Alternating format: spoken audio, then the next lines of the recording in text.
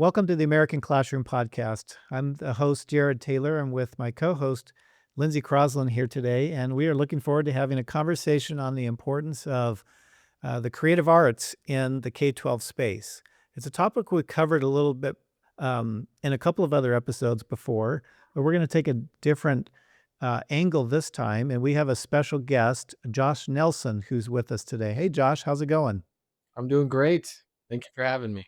Well, we're excited to have this conversation with you. We love the visual arts. We love the importance that it has in K-12 education and in building a civil society. One thing that we love to do in our schools is take them on many different tours. And one thing that you can see that really shapes the contours of civilization is the arts. And Jefferson didn't say it exactly, but he did talk a lot about if you want to perpetuate certain cultural ideals and values, you embed those in architecture, in art, so people can see them over the generations. So we are going to explore a little bit about that in terms of the impact in the classroom. And of course, the classroom sets the future of the country.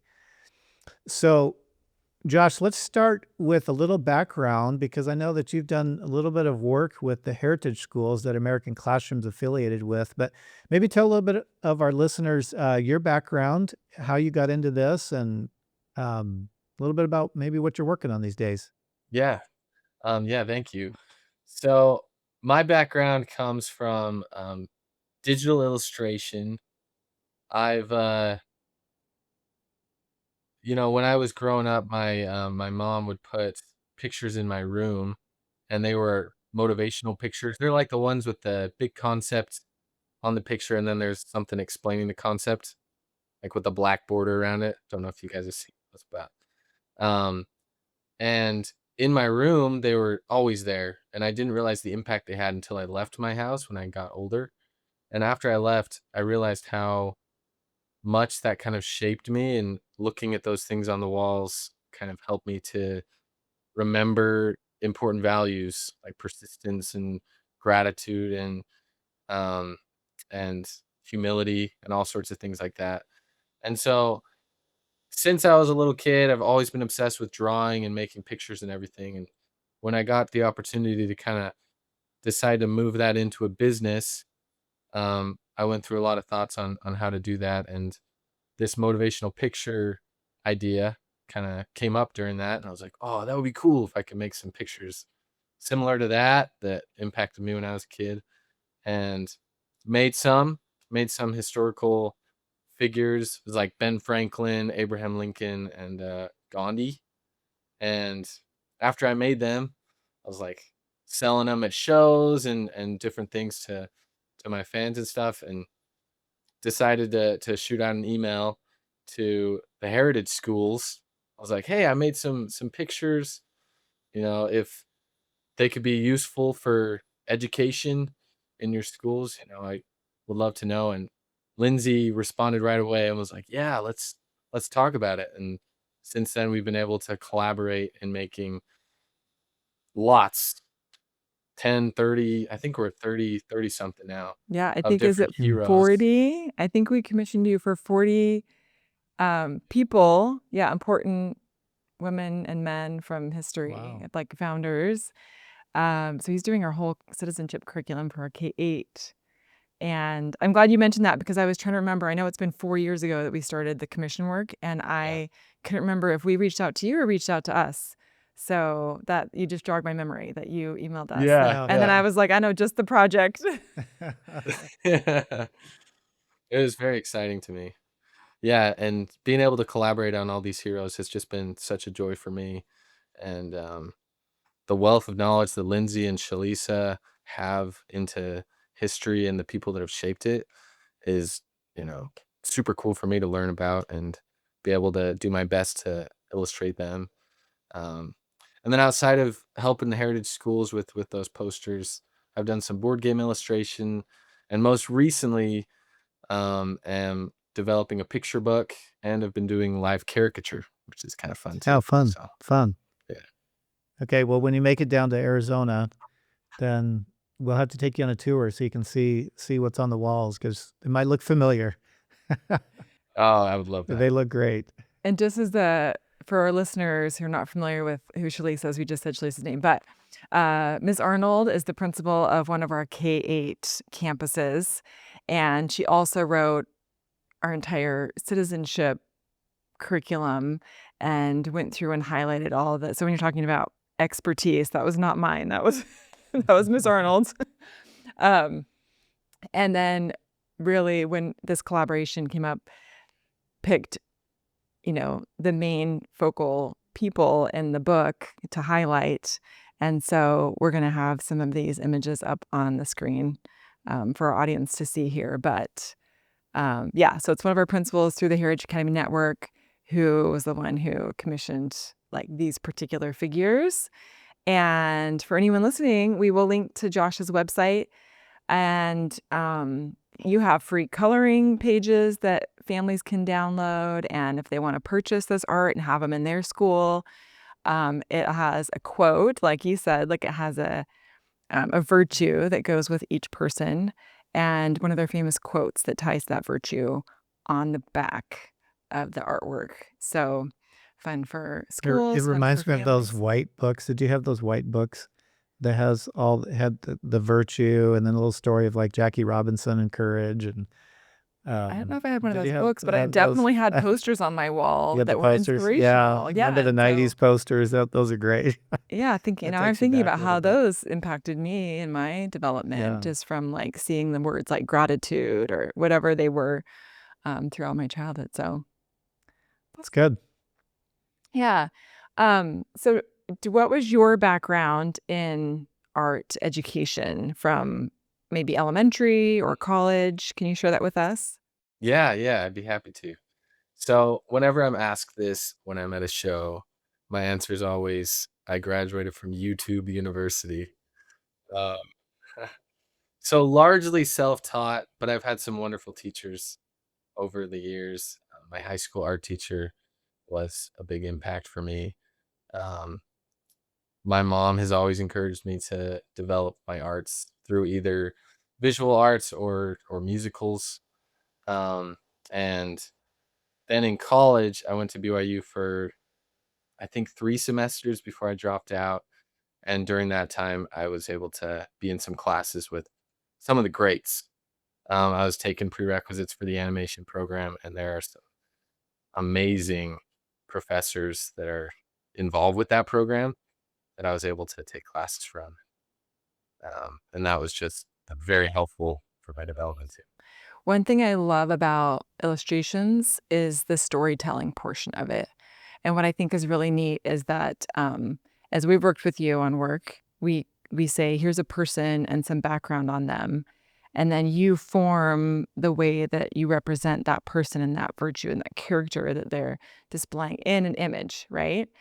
And so that's quite a talent. And I think that so much of, you know, what we see in our community and on posters, like you said, growing up, like shape what we believe is possible for ourselves and for what is going on around us. And so that's a big responsibility that an illustrator has, or an art teacher, or, to be able to talk about storytelling and how that comes to life in your work. So, do you want to share anything about that responsibility and the work that you're doing, or kind of how that feels to you? Yeah, that's a great question. And I do definitely see it as a responsibility. The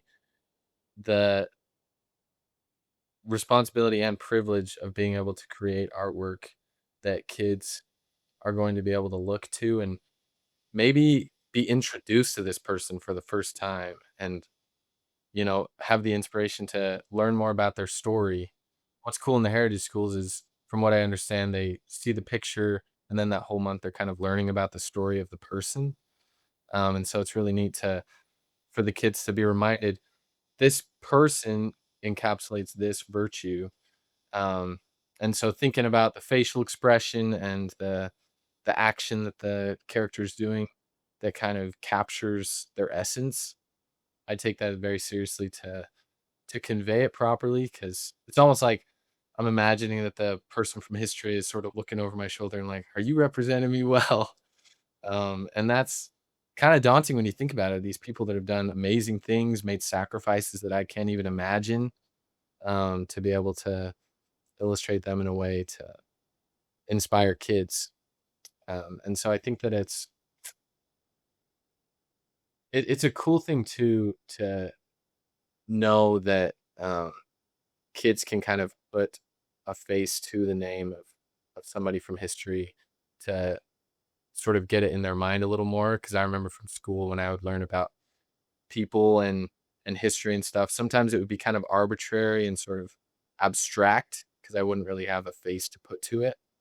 But for them to be able to have that too, hopefully adds another layer to their education to uh, remember it a little more deeply. So At Heritage, they do a lot of archetype work, meaning let's look at a American hero from the past and study their works, their writings, their teachings, how they lived their life.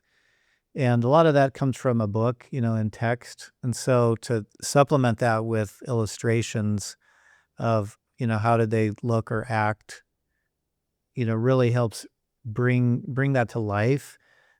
Because once they can relate to someone or their trials and struggles, then it gives them a little courage that, hey, they can do great things as well. They have this struggle, like Lincoln did, whose mother died when he was young. Not that their mothers are dying when they're young, but they'll have a struggle that they could relate to. But the more that we could, just help bring that character, and certainly pictures are worth 1,000 words, right? And certainly more engaging than text in many cases. So we love the added layer that helps to their citizenship study. And a classroom is full of stories, current events, history, literature. And how do you think that teachers can help use creativity and the arts to help make their students better thinkers, maybe more empathetic members of society? from what I understand from history, stories have kind of been used over time since like the very beginning, prehistoric times where didn't even write things down, to sort of pass on different values and what not to do and entertain. And it kind of makes me think of like how, again, no expert, but there's like these studies that have been done, um, of like how kids learn through play a lot quicker than they learn through lecture. And I think that using creativity, making crafts, drawing pictures, hearing a story, kind of is much more connected to play. And so teaching something as important as empathy, like you said, I think that can get cemented, um, quicker and deeper if it's taught through a playful experience like creativity. And me as an artist, I'm all for that stuff when there's creative option. I feel like I learn things better when that happens. And I definitely see my kids more engaged when I'm telling them something, which is definitely more, it can be frustrating for me because I'm like, no, you come on, just understand what I'm trying to tell you. But if I teach them through a story or we're reading a picture book and that comes up, or a craft is kind of teaching that principle, then it seems to help them, quickly understand it. So, I love that. A lot of role playing. That reminds me of the role playing that I had to do with my kids too, and teaching them. It's more effective for sure. yeah, To yeah, Jared's point, um, talking about how they're taking these stories and then trying to implement them in their own life and kind of creating these stories around who they are and how they can overcome obstacles and challenges. One thing I was going to ask you about, because I subscribed to your newsletter, and when there was such a huge evolution in AI, it seemed very disruptive to your work. And I'm sure there's artists around the world who are experiencing the same thing. Is there anything you want to share about how you kind of see changes in AI causing artists to sort of reshape or rethink the work that they do? Or maybe you could address ethics in AI. yeah. And yeah, I just wanted to ask you about that because I could tell that there was enough to make you kind of pause and kind of maybe re-strategize? I don't know. That's my guess. No, you're spot on. This is like a really big concept for me to try to tackle here.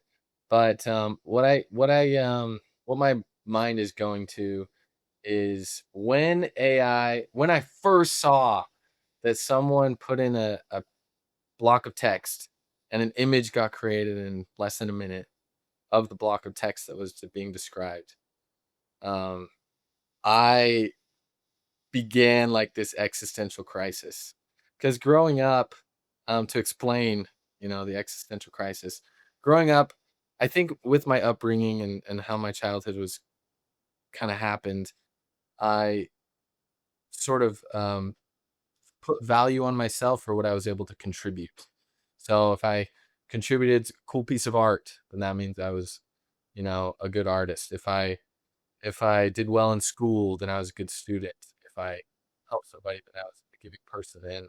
And I started seeing like the value of myself was connected to the usefulness that I could kind of provide to whoever it was. And when that happened, I was like, I had sort of shaped my identity around being an artist as well as being a dad and being a husband at the time. And when that pillar kind of got slashed and it was like, you know, are you making art, you know, to commodify it, to give people something to make a bit of money from? Is that the reason? Because if you are, this machine can do it way better than you know? And so it made me reconsider at a very deep level the reason I make art and what art is in general. And I think I'm still kind of moving through that journey, but where I'm at right now is the reason I make art is because of how it adds value to my life and the impact that I've seen, the unique perspective, you know, uh, affect other people.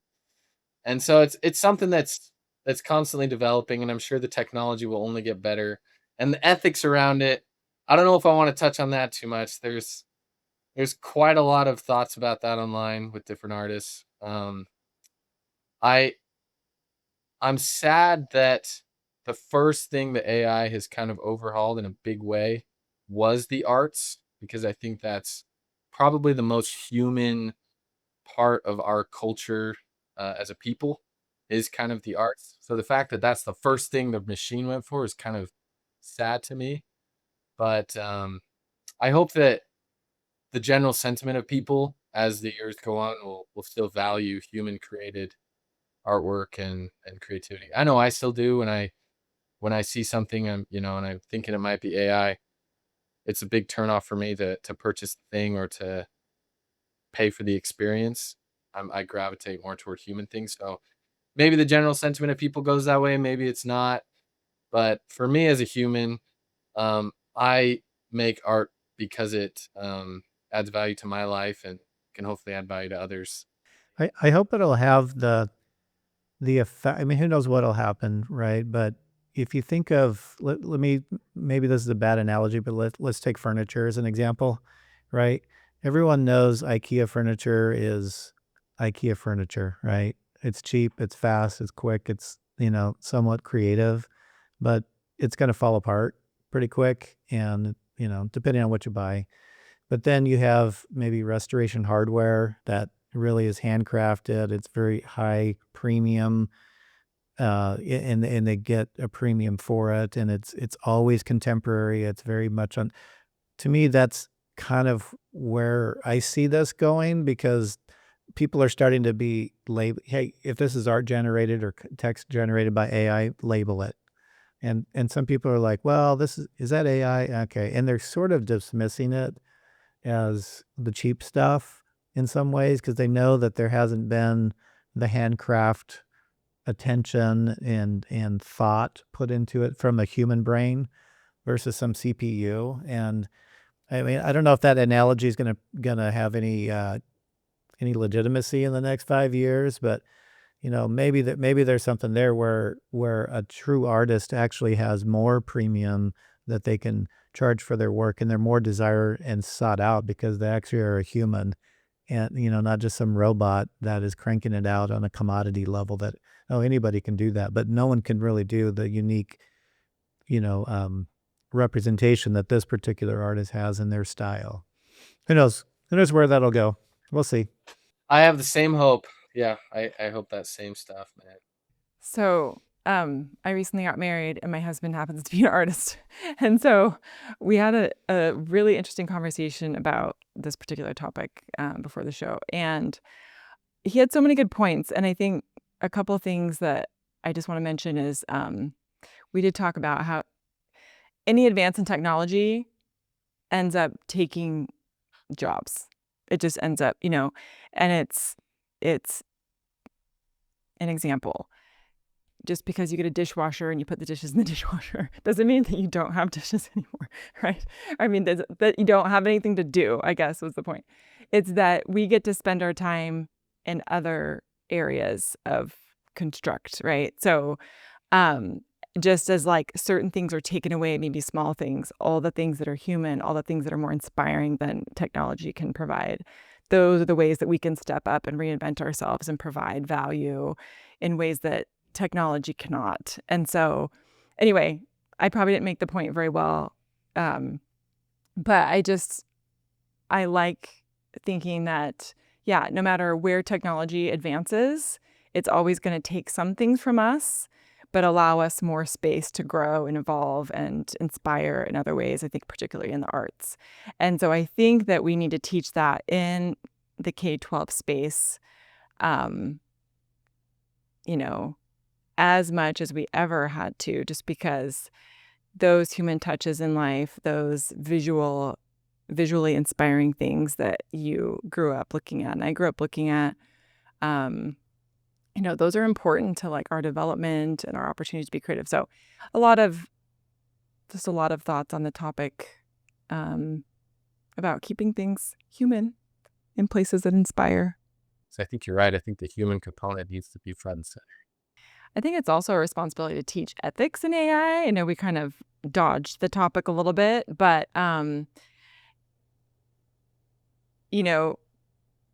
there are so many issues in ethics and There AI is, yes. clashing. And so just in the same way, I think people are turning a blind, this is another thing that I had talked about previously, is like turning a blind eye to the ethical issues. And if I say, hey, create some work that looks exactly like such and such's art, but make it on this person or this landscape, and then I take that art, is that similar to ignoring slavery and being like, I don't care how the cotton gets picked, I'm wearing the clothes, and not really looking at the issues that how I came to get the thing that I have. So anyway, I just think it's our job in education to talk about the ethics around it and to teach kids, because if there's no policies put in place and it's just left to people can do whatever they want, then I think we're just turning a blind eye to a serious issue. Well, I look at it from maybe a different aspect, just going in a whole different direction here, where I don't know how you guys think, but I like to open a notebook up and just start drawing. And I am not an artist. I don't play one on TV or a podcast. I'm the worst at that. But if I want to understand relationships of things or start a thinking process, I do it in a notebook with a pen or a piece of paper, and I start drawing because it's sort of it helps me just kind of work through and sort out a situation, or I'll write something out. But sometimes I'll just see a relationship. So when I think of like scientific development or computer development or any kind of development, I hope humanity doesn't forget the fact that,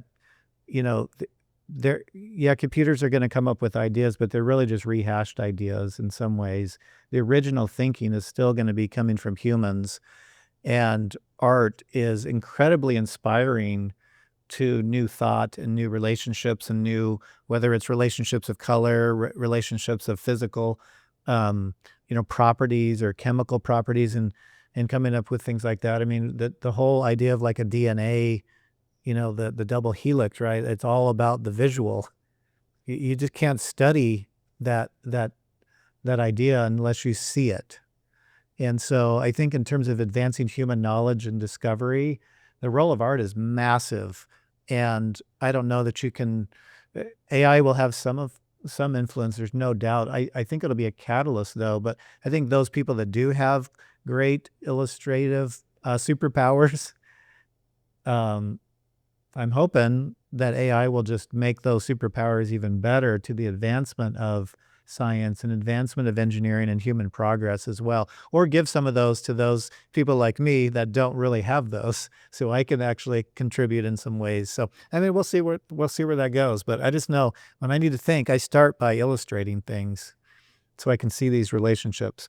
I think that's why it's so important when you're talking about sketching or drawing or, creativity in the classroom, using that expression of creativity is so important. And I hope that we're teaching that and that students don't become afraid that their stuff's going to be compared to AI, right? That you can be Yeah. creative, that you can own your art, that you can love what you're doing, that you can love how you feel when you're doing it, and focus on that and not if a program can create something better than what you made, right? Don't be comparing your work to what can be generated quickly. There's the other topic of waiting, right? We've become a society that we can't wait for anything. So, like, Mhm.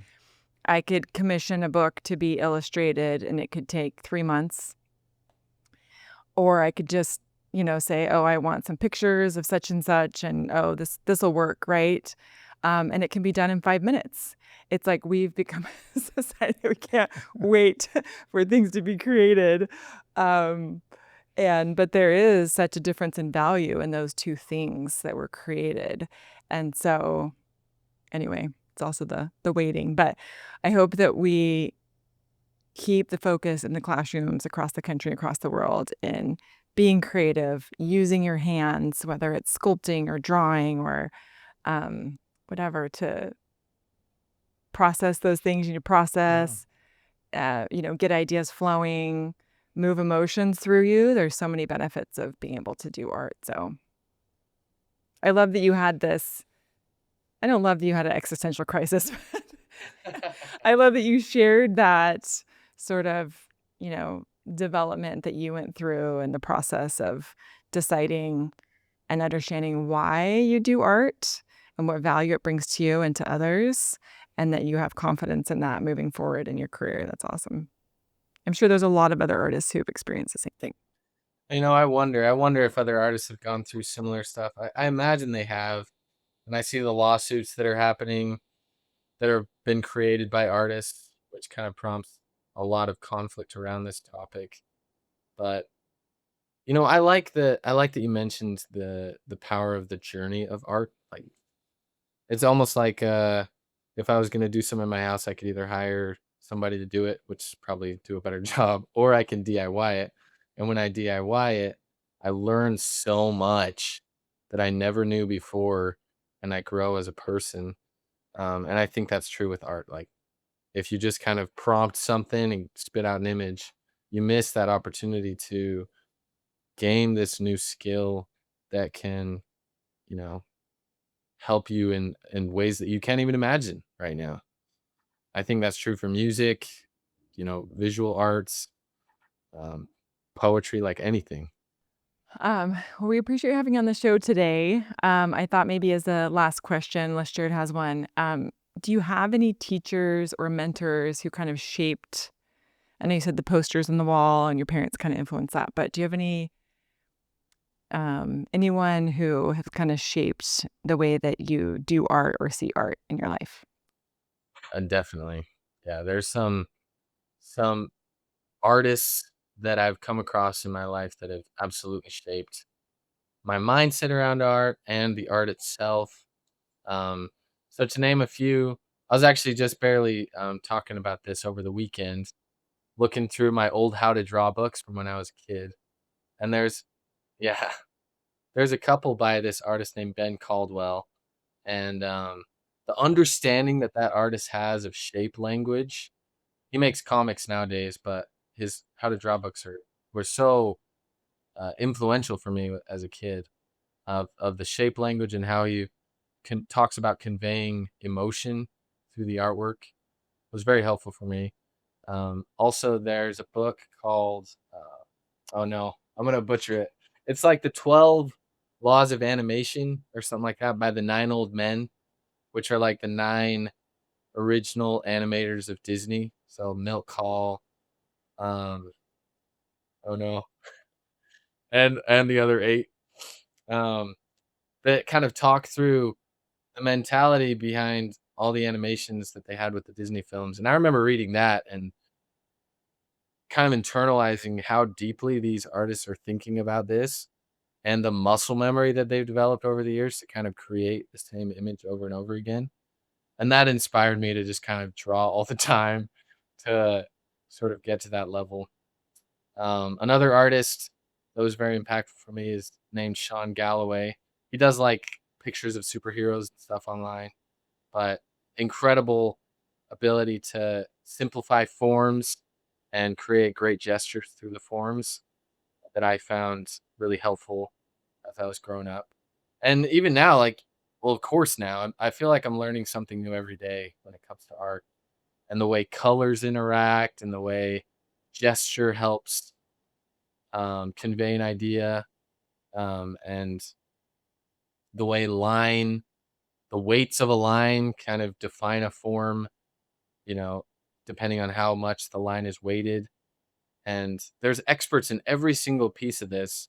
And so I feel like I'm so grateful that there's such a rich amount of content from amazing artists and they share it amidst all this AI stuff. They're still sharing, they're still contributing, they're still outpouring their creativity because it's just such a big part of my life to see that stuff and learn from it and share it with other people and develop continue to develop who I am and help my kids see how powerful that stuff is too. So I'm veering away from the question a bit, but there's definitely so many artists and mentors. And I mentioned school teacher briefly. The school teacher that impacted me the most was when I was going through the Sterling Scholar program in high school, and it was the pottery teacher of the high school. His name was Mr. Guyman, and I didn't have a ton of conversations with him, but every time I talked with him, he got down to the philosophical level of art. He's like, "You're gonna make this concept, but why? What does that mean to you? You know, why does that prompt for this project?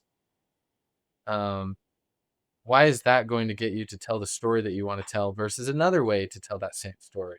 And he really made me think through all that stuff and talk about shaping my ideas for the reason behind art and stuff. He's a big influence. And I'd say pretty much every school teacher that I caricatured, I was known as the kid in school that would just kind of draw my own version of the teacher and pass it around to the kids and get chuckles, of highlighting different pieces. Every one of those, was very impactful too. Josh, you're probably working on some pretty cool stuff. Anything you want to highlight for people that want to follow you and look forward to any projects that you got in the pipeline? Oh, sure. Yeah, I've been doing live caricature recently, which has been a lot of fun. Um, and then projects. So I just finished another series of posters for the heritage schools that are going to get shipped out in the next couple days. Exciting. Yeah, it was and if I can touch on that real quick, the story that I've shared the most from that project, from the heritage school posters, is the American Mulan. I had no idea there was a Mulan in the Revolutionary War. I'm trying to remember her name now. I think like Deborah Sampson or something. But every time I tell somebody about it, they're like, "What? There was somebody who dressed like a man in the American Revolutionary War and was discharged honorably because they were friends with a general and everything." And it's such a cool story to tell. And that's the kind of experiences I've had as I've been working through this to learn those things. Um, I should probably know more about history, but I feel like I learned quite a few new things every time Yeah, I you work. probably learned a lot when you do that. So yeah, come to our Heritage Academy Gateway Elementary, which is the host of the Josh Nelson Art Gallery, Yeah, all of our Arizona Art Gallery. yeah, all of our elementaries have adopted all your artwork. And Yeah, it's that's part of our great. citizenship program, and then they cycle through like each month, like you said, is a different value, aligns with the person and their story, and then it cycles, 10 people throughout the school year, and then the next year they focus on a new group of people. So anyway, I didn't want to focus on it too much, and I did want to ask you if you had a favorite, because I'm sure you've learned so much from all of the information that Miss Arnold has given to you to develop these characters, and I was going to ask you a favorite. So it sounds like that was your favorite person that or story, at least so far. That's the one I've talked about the most. Man, favorite. That's tough. Yeah, I guess, yeah, we'll go with her. There's so many cool, like the women in particular. There's so many like women that alerted the troops of oncoming attacks that I just wasn't aware of at all.